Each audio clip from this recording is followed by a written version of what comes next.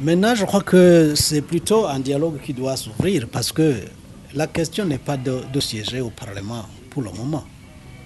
Ce n'est pas ça vraiment la question essentielle. Parce que on a, on a eu des élections, oui, mais des élections controversées dès le départ, puisqu'on devrait fixer le calendrier consensuellement, ça n'a pas été le cas. Et on devrait aussi, on devrait aussi mettre en place des conditions qui permettraient que les élections soient libres et démocratiques.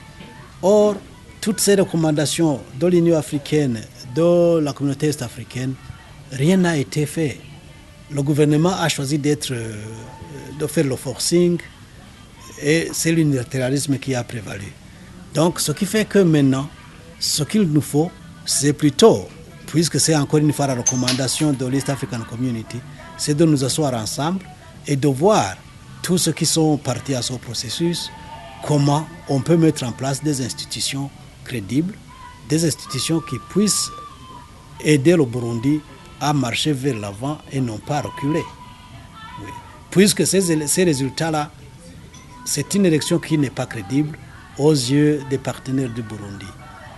Donc, je pense que plutôt que d'aller droit au mur, autant mieux prendre un peu d'élan. On discute et on trouve des remèdes à tous nos différends. On organise un scrutin en bonne et due forme.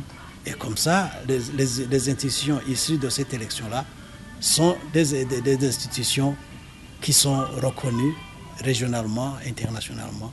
Et le Burundi ne couperait pas de la sorte ses ponts avec les partenaires. Pensons qu'avant de donner une position définitive sur cette question, nous devrons nous asseoir ensemble et débattre des tenants et des aboutissants de tous ces problèmes-là, de tous les enjeux.